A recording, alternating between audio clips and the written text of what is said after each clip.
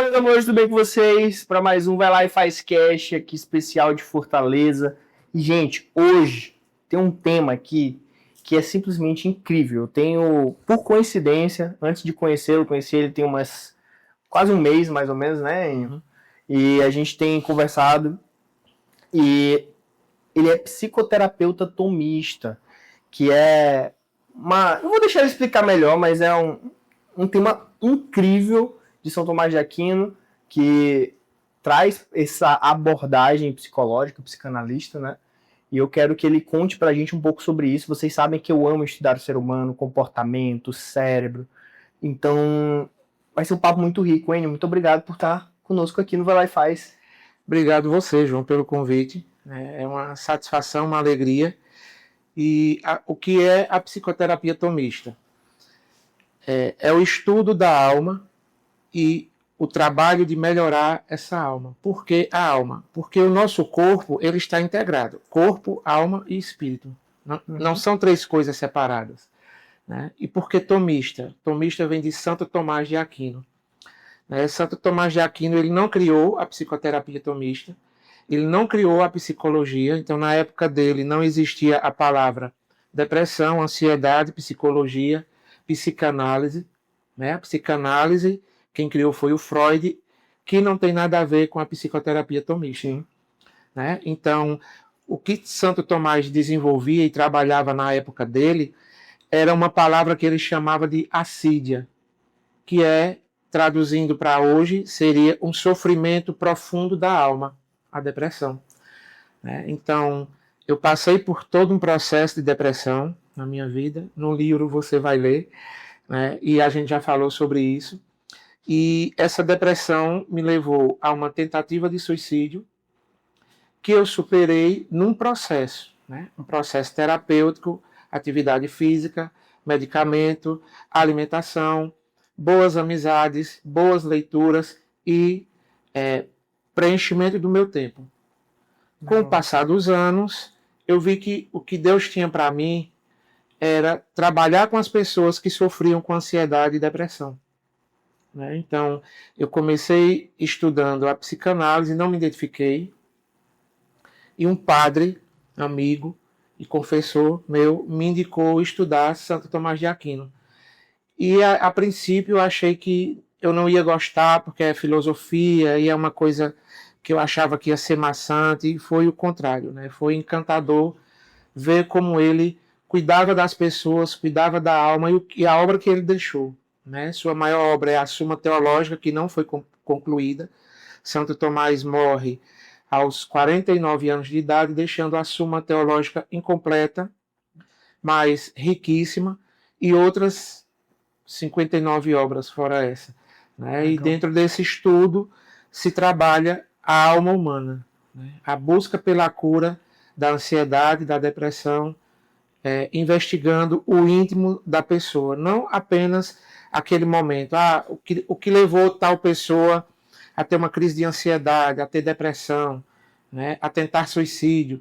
Não é apenas aquele momento que leva a pessoa a cometer certas atitudes, a entrar em depressão ou ter uma ansiedade generalizada, uma compulsão alimentar. O que leva a isso é preciso ser investigado. Legal. E eu estava dando uma pesquisada por cima, falei até contigo que eu queria umas indicações de livro para eu ler sobre isso, porque não é a primeira, nem a segunda, nem a terceira pessoa que me indica. E eu gosto muito disso. Mas eu vi, e posso estar errado, pode ser uma associação errada, mas eu vi que São Tomás ele trabalhava muito a ideia de virtudes, né? Vícios e virtudes. Então você tem um vício, você constrói uma virtude para combater esse vício. Como que é isso num processo de tratamento? Como é que funciona? Santo Tomás ele fala das virtudes cardeais, prudência, justiça, temperança e fortaleza. Só que cada virtude dessa é mãe de outras dezenas de virtudes. Legal. Então, algumas pessoas têm medo da psicoterapia tomista quando fala de virtudes. Mas quem não tem virtudes leva uma vida desordenada. Uma pessoa que bebe e que faz da bebida uma fuga, uma compulsão, leva uma vida desordenada, porque ela não vai conseguir controlar essa bebida. né? Uma pessoa que come compulsivamente, né? Vai ficar obesa, deixa todo mundo dormir e ataca a geladeira de noite, né? Vai virar uma pessoa obesa, não tem o controle sobre essa compulsão. Isso é desordem. De onde vem essa desordem? Então, as virtudes, elas combatem os vícios, né? Então, compulsão alimentar, vício em sexo, vício em pornografia, vício em masturbação, vício em jogo, né? Seja o jogo do tigrinho, ou seja, jogo do bicho, jogo de loteria. Eu conheci um senhor que já é falecido, Deus o tenha, jogou a vida toda, nunca ganhou um centavo na loteria e jogava muito. Jogava muito, muito. Ele não tinha necessidade de jogar. Então, era um vício, né? E qual foi a virtude que faltou para esse senhor? A prudência, né? Se ele fosse prudente, ele não teria o vício do jogo, né? Não faliu, mas desperdiçou muito dinheiro com o jogo. E as virtudes combatem todos os vícios, todos os tipos de vício. Fala um pouquinho mais de cada virtude pra gente. A temperança. Vamos começar pela prudência, perdão. A prudência. Uma pessoa que busca mudar de profissão. E ela tem um emprego estável, ela é concursada e quer mudar de profissão. É prudente mudar? Até quando ela deve mudar? Tem certa idade, quer mudar de profissão, né? Conseguiu, a muitas custas, passar no concurso público. Ah, mas eu sofro bullying, eu estou doente de burnout, né, e quero mudar de profissão. Beleza, é justo, é digno, todo mundo tem esse direito. Mas é prudente mudar de profissão dessa forma, né? Então, a prudência me leva a refletir, né? Quais os pontos positivos de uma mudança de carreira com determinada idade, né? Quais os prejuízos que eu posso tomar, né? Por exemplo, eu não vou ter mais o direito daquela aposentadoria, daquele concurso, eu não vou ter mais aquele salário certo todo mês.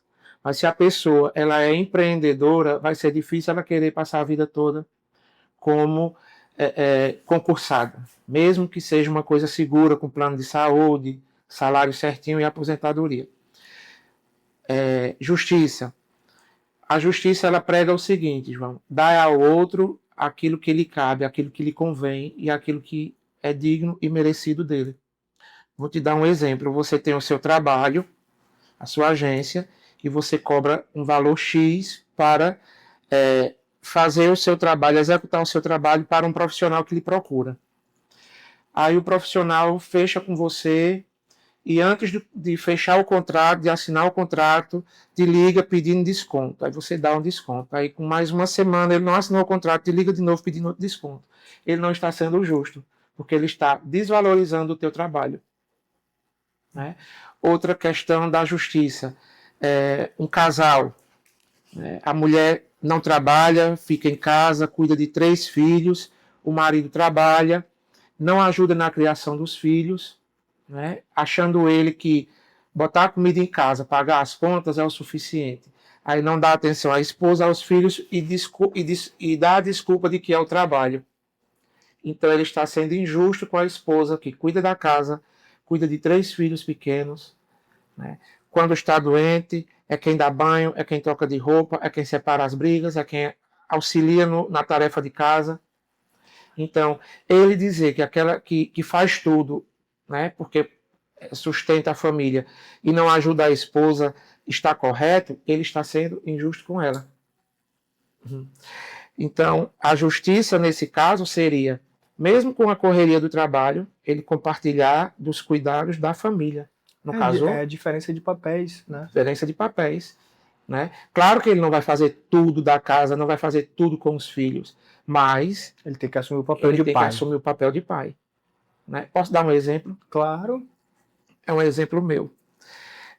Eu morei com uma tia que tinha 2 filhos pequenos e o esposo dela chegava muito tarde do trabalho. Primeiro ele acordava os meninos para ir para a escola, né? Botava o café deles, acordava os meninos para ir para a escola.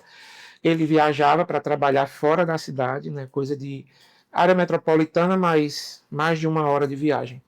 Quando voltava, morto de cansado, deitava, chamava os dois, né? Fez a tarefa de casa, como foi o dia, beijava, brincava, morto de cansado. Eu achava aquilo dali, cara, incrível, sabe? Ele estava fazendo o papel de pai, né? Porque ele cobrava dos meninos que tivessem feito a tarefa de casa, que tivessem almoçado, jantado, tomado banho na hora certa, perguntava como foi na escola, os olhos vermelhos de cansado, mas ele cumpria esse papel de pai. E o resultado, o sucesso desses primos, né? São 2 adultos jovens com a vida resolvida, sabe? Que nunca tiveram grandes problemas, nunca trouxeram grandes problemas para casa, coisa de adolescente, que todo adolescente, né? É uma briguinha, uma coisinha assim de escola, uma discussão no prédio com um coleguinha, mas problemas graves e sérios, nunca. Tá? Então, isso é outra função do pai básica, importante, necessária para a criação e formação Sim. de uma família. O pai, ele é necessário. Ah, eu vou criar meus filhos sozinha. Tá errado, mãe. Cara, e foi muito legal isso, porque esse ano principalmente eu trouxe, sabe que às vezes a gente conversa muito sobre posicionamento, né? E às vezes a gente fica com medo de se posicionar em coisas que a gente gosta. Porque, pô, beleza, eu vou seguir uma estratégia e tudo mais. Aí esse ano eu falei, quer saber, eu vou trazer mais de algumas coisas que me fizeram ser quem eu sou, e eu acho que assim eu consigo ajudar as outras pessoas a ter resultado. Então, eu estou trazendo um pouco sobre mentalidade, desenvolvimento pessoal, junto, claro, com as técnicas, estratégias e tudo, porque são o meu público-alvo, né? São experts, como você, que quer ter os infoprodutos, tem seu livro que a gente já vai comentar, mas também são profissionais digital, estrategistas, social medias, etc. E eu comecei a trazer esse ano algumas coisas diferentes agora em 2026. E um dos conceitos que eu trouxe à tona é um dos conceitos que eu tenho internalizados, que é exatamente essa questão de papéis. Que o que me deixou doente foi eu não colocar os papéis nos seus locais corretos. Eu tinha um papel de executivo mandando na minha vida. E aí eu chegava em casa e esquecia do papel de marido, do papel de pai, do papel de amigo, do papel de filho. Imagina, esquecer o papel de filho, tu morando longe dos teus pais. Então tinha dias, eu passava dias sem falar direito com meus pais, sem ligar. Cara, eu não entendo como. E aí vem a mente doente, vem a falta de virtudes, que às vezes é só que a gente esqueceu de si mesmo, não é que a gente esteja naquela situação porque a gente é assim. Eu acho que a gente tem muito que se perdoar em relação a isso também, né? Só que bom ter essa consciência, bom trazer esse exemplo que você trouxe. Mas a gente já foi lá, prudência, justiça. Fortaleza. Né? A fortaleza, ela nos dá a força para resistir em tempos difíceis. Ela nos dá a força para resistir a tentação de ser corrupto, a tentação de dar um golpe, a tentação de trair a minha esposa, de trair o meu companheiro, a tentação de não fazer bem o meu trabalho, a tentação de abandonar a minha fé. Então a fortaleza, ela é como um alicerce que sustenta todas as outras virtudes.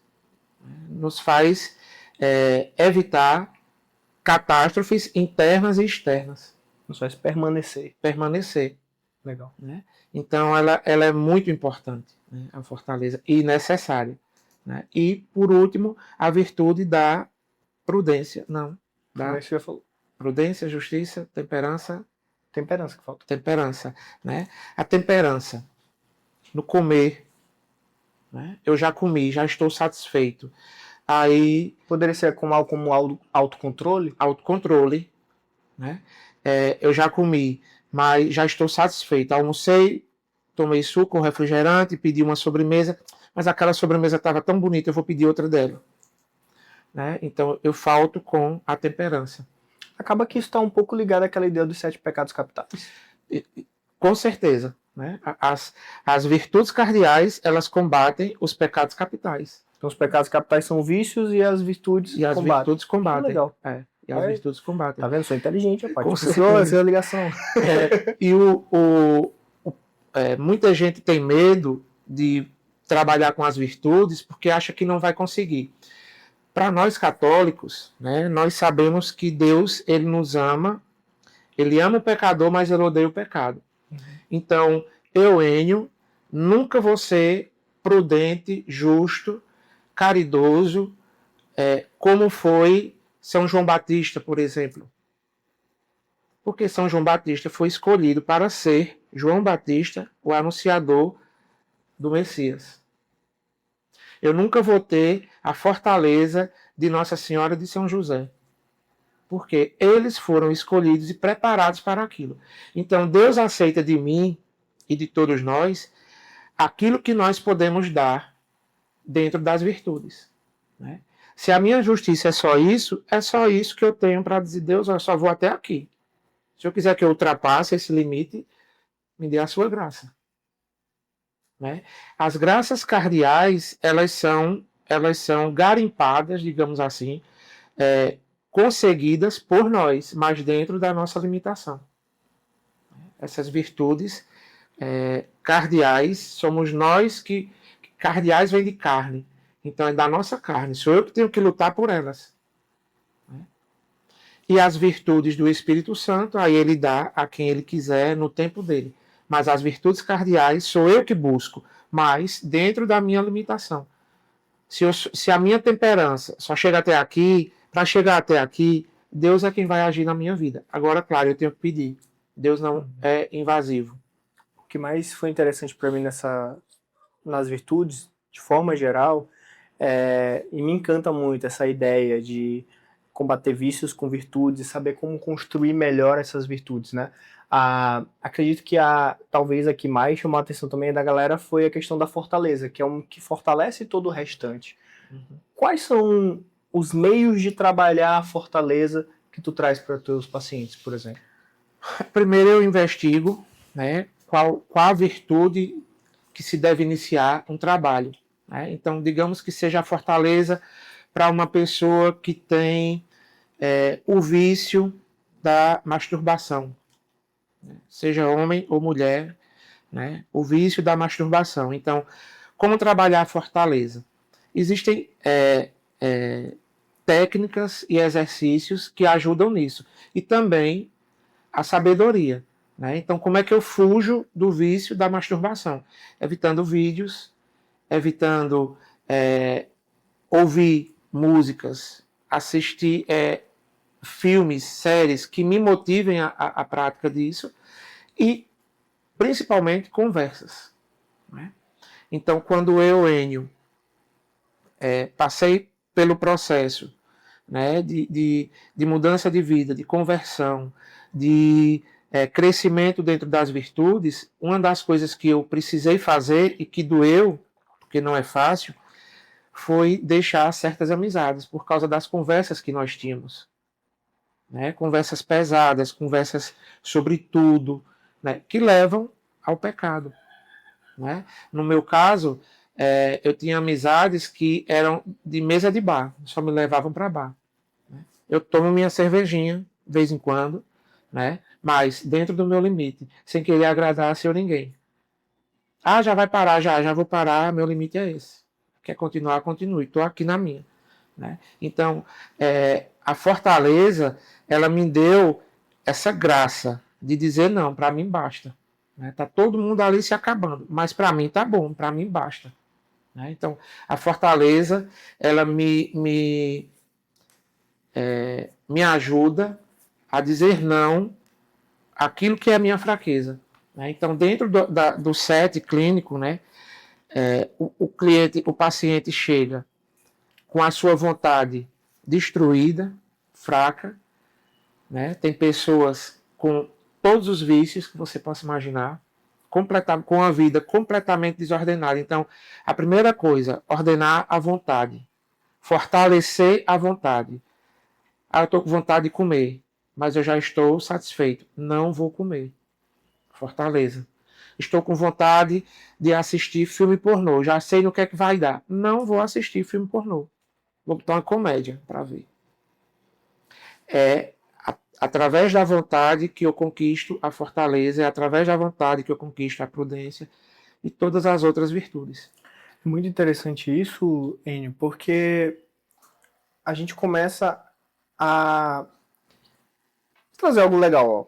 Por exemplo, está aí num contexto muito de ano novo ainda, né? Querendo ou não. A gente está gravando isso aqui em janeiro, mas vai sair futuramente. E eu tenho uma questão que eu aprendi até com o Joel J, que é de definir uma palavra para o ano. E a palavra para o meu ano é congruência. Eu tenho falado muito sobre isso, porque isso caiu para mim como um lampejo divino. Que eu pensei assim, beleza, eu quero atingir esses objetivos, mas eu estou sendo congruente com esses objetivos? E aí foi logo que, um pouquinho antes da gente se conhecer, foi mais ou menos lá pelo meio de dezembro, final de dezembro que a gente se conheceu, né? Uhum. Um pouquinho antes, eu tive contato com essa ideia dos vícios versus virtudes. E casou perfeitamente com essa questão de congruência. Porque também na psicanálise, na psicologia de forma geral, a gente tem a ideia da consciência, né? Que alguns chamam de eu. Que é aquela vozinha na tua cabeça que te que diz o não pro filme pornô, que diz o não pra continuar bebendo. E eu comecei a pensar assim, beleza, essa minha consciência, esse meu eu, é aquele cara lá do futuro que eu quero ser. Ele é o meu eu congruente. Uhum. Então, é simples. Na hora que eu for tomar uma decisão, eu escuto ele. Eu não me escuto. Cara, e isso tem funcionado pra mim já... eu decidi que a palavra do ano ia ser congruência muito antes de eu descobrir as questões de virtudes e tal. E eu já venho praticando isso há uns 2, 3 meses. Isso mudou muito a minha realidade. Porque todas as ações que eu tento, os vícios que eu tentava combater, estão sendo muito mais fáceis de ser supridos. E eu vejo que isso que eu estou fazendo tem fundamento. Uhum. Então, por isso que quando a gente conversou, eu falei, cara, muito interessante essa questão tomista. Eu comecei a pesquisar. E é mais incrível ainda quando a gente coloca dentro da nossa própria história. Eu também passei por uma crise de depressão, burnout, tudo mais.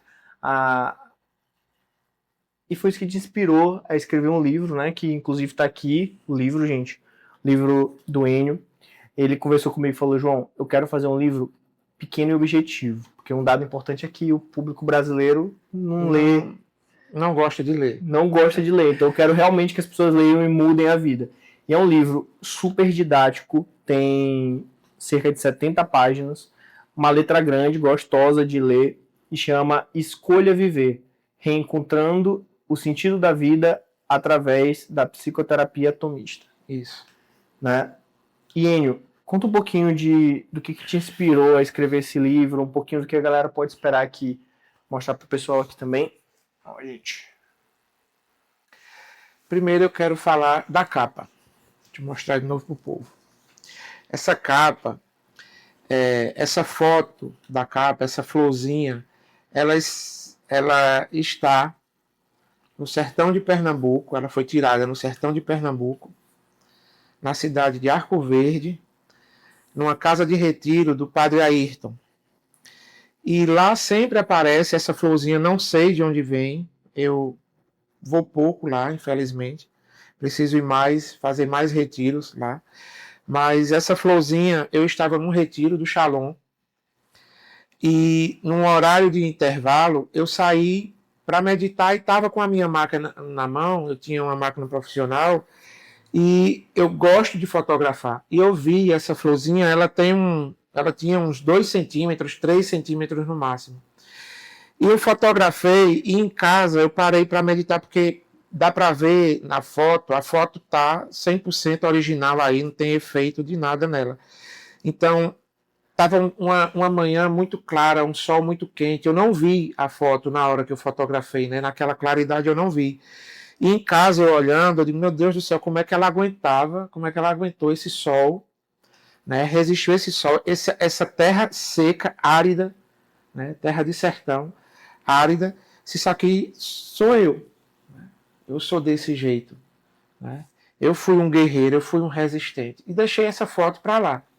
Quando eu escrevi o livro, para resumir, né, já próximo de publicar, uma amiga disse, Enio, a capa tem que ser autoral. Eu tinha escolhido um farol, uma foto de um farol, uma foto gratuita, e eu disse, vai ser esse farol, porque também tem a ver, eu falo do farol lá no livro, e ela disse, não, tem que ser uma foto sua, uma coisa sua, autoral. Ou você manda fazer a ilustração como você quer, ou você pode, poxa, aí não vem nada na minha cabeça.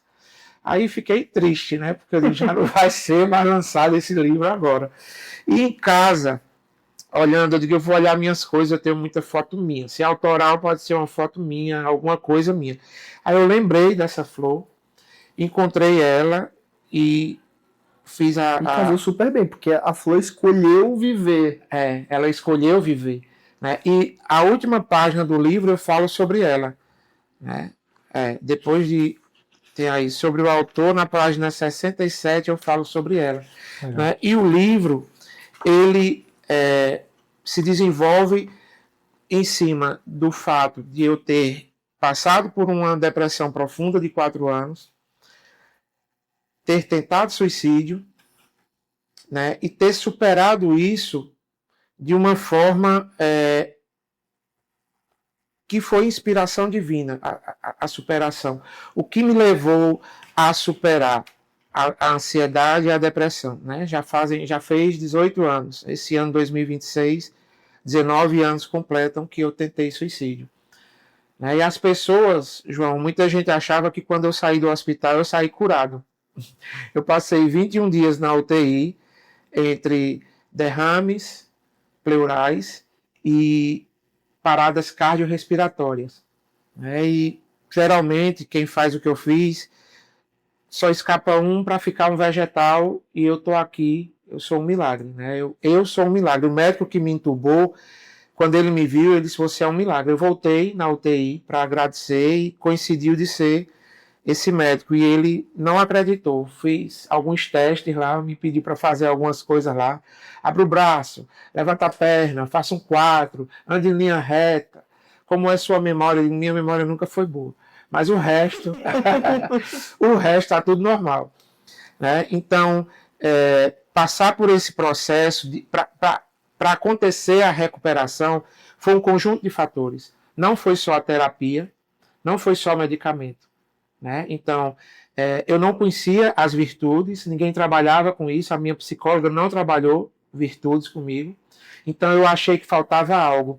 E eu comecei a praticar esportes. Né? Fui fazer esportes, né? Fui fazer Muay Thai, e no Muay Thai eu descobri que aquilo dali era um remédio massa. Claro, nem todo mundo pode fazer. Hoje eu não faço mais, hoje eu não posso mais. Né? Mas naquela época, há 18 anos atrás, fui para o Muay Thai, comecei a tomar mais água, porque a água desintoxica o nosso corpo. Né? O nosso corpo acho que 75%, eu acho que é água. É mais. É mais, né? E aí eu comecei a tomar mais água, levar mais sol, eu passava muito tempo preso. Hoje eu estou precisando de mais sol, né? Estou da cor da luz aqui. Mas levava mais sol e comecei a cortar as amizades de péssima influência, né? Que queriam viver aquela vida sem um sentido. O que me levou à tentativa de suicídio foi a falta de sentido. A minha vida perdeu o sentido. Eu não queria trabalhar, estava formado, não queria ir para a sala de aula. Morava na minha... tinha voltado de Salvador para a minha cidade natal e não queria permanecer lá. Mas era o que eu tinha para aquele momento. E ser professor era o que eu tinha para aquele momento e que teria sido melhor para mim se eu não tivesse, né, feito o que eu fiz. Né? Mas aí passou, fui dar aula, fui fazer Muay Thai, levava mais sol, além do Muay Thai fazia caminhada e daqui a pouco estava com o meu tempo todo preenchido, dava aula de manhã, tarde e noite e não tinha mais lembrança de depressão. Então, é uma série de fatores, é um conjunto de fatores. Nesse livro, João, eu falo do que eu passei no primeiro capítulo, e nos capítulos restantes eu falo sobre ansiedade e depressão. Ansiedade e depressão no Brasil. O Brasil é o país dos ansiosos, né? E é o 5º em suicídio. Então, isso é grave, isso é muito sério. Então, quando eu estava dando aula, eu via que aqueles meninos, aquelas meninas, seja da rede pública, seja da rede privada, seja o universitário, aqueles jovens não tinham a educação e a formação necessária para combater a ansiedade que a maioria tinha ali na sala de aula. Então, eu era professor, psicólogo sem ser, né, daqueles jovens, inclusive de universitários, né, jovens de igreja, católicos, evangélicos, que usavam droga, né, estavam estudando ali em colégios particulares, né, jovens de periferia, com famílias totalmente destruídas, com alto índice de ansiedade generalizada. Né, e aquelas pessoas, eu procurava aconselhar, né, dar uma formação que eles não tinham em casa, pelo menos breve, ali de emergência, e começavam a me procurar, me pedindo conselho, me pedindo ajuda financeira, ajuda de todo tipo. Né? Eu lembro que teve um aluno que me pediu dinheiro para comprar pílula para dar uma menina para ela abortar. Eu disse, não vou ser cúmplice de um assassinato, não. Seja homem. Se ela engravidar, seja homem. Mas eu sou muito novo, digo ela também, porque não pensaram antes. Né? Não rolou a gravidez, graças a Deus. Né? Ele hoje é casado. Né? Mas, enfim, o livro, ele fala dessas coisas que eu vivi, sabe? E lá no final tem uns exercícios para você fazer, uns testes, exercício não, uns testes, para você saber se você tem ansiedade ou depressão. Tem o teste para ansiedade e o teste para depressão. Legal, Enio. E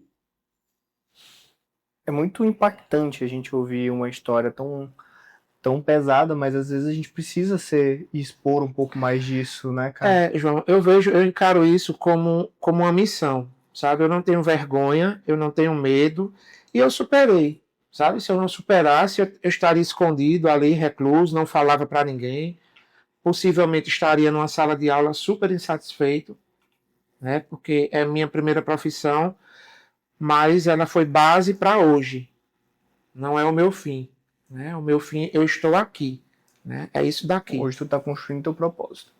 É o meu propósito, hoje é esse. Sabe? Que legal. E, Enio, a gente conversa muito aqui no projeto do podcast sobre, de fato, tudo isso que a gente conversou, né? Sobre você ir lá e fazer acontecer na sua vida, servir outras pessoas, trabalhar pelo prol do seu propósito, mas todos nós passamos por vários momentos, vai lá e faz. Tu acabou de contar um incrível, mas vou fazer a pergunta oficial. Qual foi o teu momento, vai lá e faz? Foi me decidir por ser terapeuta, porque além de professor, eu tive várias empresas, vários negócios, né? E na terapia eu me encontrei. Quando eu frequentei o Shalom em Salvador, foi discernido o meu ministério e era aconselhamento. Eu doido para estar no Ministério de Música, não toco nada, nem canto nada com uma voz linda dessa, né? Então, doido para estar no Ministério de Música por causa dos amigos. Meus irmãos de grupo de oração eram quase todos do Ministério de Música. E só eu, ali, no meio de adultos, de tias e tios, avós e avós, lá no Ministério, aconselhando as pessoas. Mas assim, eu tinha essa vontade de estar em outro ministério por folia. Mas eu me identificava demais quando eu ia para o aconselhamento e ajudava as pessoas e via aquelas pessoas mudarem ali. Então, aquilo já era Deus me falando, isso eu tinha 18, 19 anos. Deus já me mostrando ali qual era o meu caminho, o que era que ele tinha para mim. Né? E estou aqui hoje, então é isso daí, sabe? Eu realmente me encontrei, vai lá e faz, foi assumir isso daqui, que é uma missão. Então, toda missão ela tem um peso. Né? Então, tem casos de emergência que eu preciso atender tarde da noite. A pessoa liga desesperada. Já teve um caso de uma jovem que ligou para mim de São Paulo, do 23º andar, pendurada na janela, querendo se jogar dali. E meu coração quase saiu pela boca, porque não foi uma ligação de telefone, foi uma chamada de vídeo. Ela me mostrou que estava ali na sacada do prédio sem varanda, era só a janela. Ela se pendurou na janela, ficou com uma perna dentro de casa, uma perna lá de fora, e ia se jogar. Eu conversei com ela de 9 da noite às 3 da manhã. E graças a Deus, hoje ela está trabalhando, está bem, tem uma renda boa hoje, né, com o trabalho dela, que ela já fazia, mas não enxergava. A depressão, ela nos cega.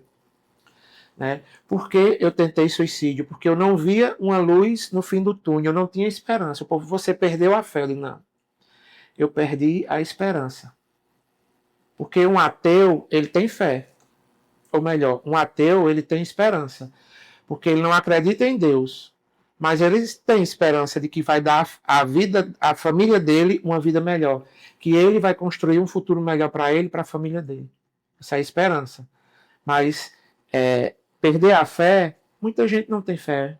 Muitos cristãos católicos dizem que tem fé, mas não tem fé. A fé ela precisa ser praticada. E aí, quando se perde a esperança, aí bate aquele vazio. E foi o que eu senti. Né? Então, a minha tentativa de suicídio foi pela perda da esperança, por uma vida inerte ali, de não fazer nada, não queria fazer nada, aí eu não quero, isso não presta, isso eu não gosto. E aqui na vida a gente não só faz o que gosta, não só faz o que quer. Né? E trabalhando como psicoterapeuta, eu faço o que eu gosto, eu faço o que eu quero, mas é uma missão, é difícil, é árduo. Tem casos de coisas que eu nunca vi, nem nunca vivi na minha vida, nos meus 51 anos. Tem coisas que gente mais jovem vem me falar que eu digo, meu Deus, me acuda. Né? Vamos lá para os livros.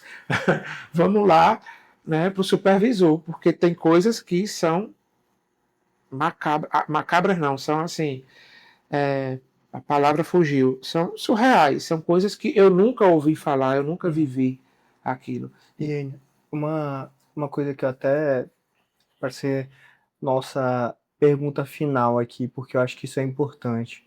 Eu adoro ter esses papos com psicoterapeutas, psicólogos, porque eu gosto muito da mente humana, do comportamento humano. E eu fico pensando assim, nessa tua última fala, como que tu te blinda e te limpa disso numa pós-terapia? Quais são os teus rituais? Como é que tu faz? Porque não tem como a gente não se afetar, tu é ser humano.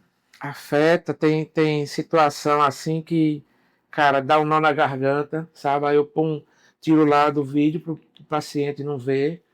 Eu não tô lhe vendo, eu digo, mas eu tô lhe vendo, falhou a internet, vamos ver isso. É uma jogada minha, quando é uma coisa muito séria, muito pesada, né? Então, como eu me blindo?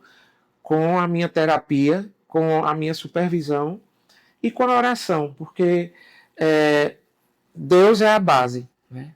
Nós fomos feitos, está lá na Bíblia, eu acredito nisso, vocês acreditam nisso. Deus criou o homem à sua imagem e semelhança. Moldou do barro Adão e soprou nas suas narinas e lhe deu vida. Então, nós fomos feitos por Deus e para Ele voltaremos. Se eu escolher voltar para Deus, amém. Se não, problema meu. Vou para outro canto. Né? Mas a religião, para mim, ela sempre foi a minha base. Então, assim, eu faço terapia, eu tenho a supervisão dos casos, beleza, mas isso não basta. Eu preciso ter o meu momento de adoração. Toda quinta-feira à tarde eu faço adoração, levar minha mãezinha comigo, que já está com 88 anos, e nós ficamos das 15h30 às 5 horas diante do Santíssimo, rezando. E é ali que eu me refaço, sabe? Incrível, É ali fantástico. que eu me renovo. Claro, a minha terapia ajuda, a minha supervisão ajuda, mas não é só isso, sabe? É a vida de oração, é o terço. Então, antes de todo atendimento, eu rezo antes, eu peço ao Espírito Santo que me ilumine, entrego aquela sessão, porque eu não sei o que é que vem de lá, né? Tem pessoas que já estão há muito tempo na terapia, mais de ano na terapia, mas que é uma caixinha de surpresa, é uma caixa de Pandora, né? Eu não sei o que é que vem de lá, né? Porque são pessoas que infelizmente instáveis, ainda não conseguiram encontrar um equilíbrio emocional, que também não é culpa delas, né? Mas que não conseguiram encontrar, e eu preciso estar preparado para o que vem, receber o que vem e saber o que dizer, porque a pessoa que vem para a terapia, ela vem na esperança e na expectativa de que, além de ser escolhida, o terapeuta vai dar uma resposta que vai, pelo menos, acalmar naquele primeiro momento. Legal.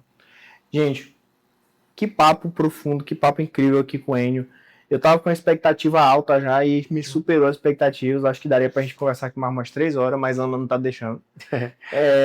E, Enio, como é que a gente faz pra te encontrar nas redes sociais? Diga lá.